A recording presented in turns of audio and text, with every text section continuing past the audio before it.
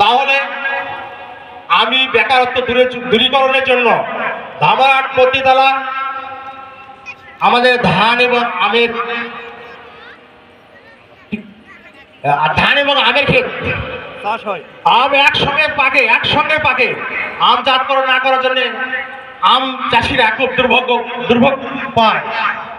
আমি সেই ক্ষেত্রে আমের হিমাগার তৈরি করব, বেকারত্বের কর্মসংস্থান সৃষ্টি করব, কথা দিচ্ছি আপনাদের।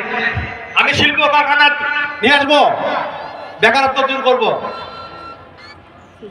যারা চাকরি পাওয়া যোগ্য, মেধার বলে শিক্ষিত সুশিক্ষিত, তাদের বিনা পয়সায় চাকরি দেওয়ার ব্যবস্থা করব।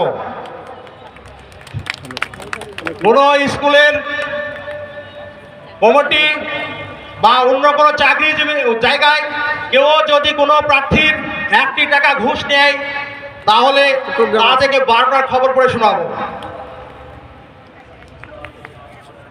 কোথা থেকে বলছেন? আমার ধামরাট পতিতলা প্রত্যন্ত বড় এলাকা, এই এলাকায় মাদকের চলাচল বেশি।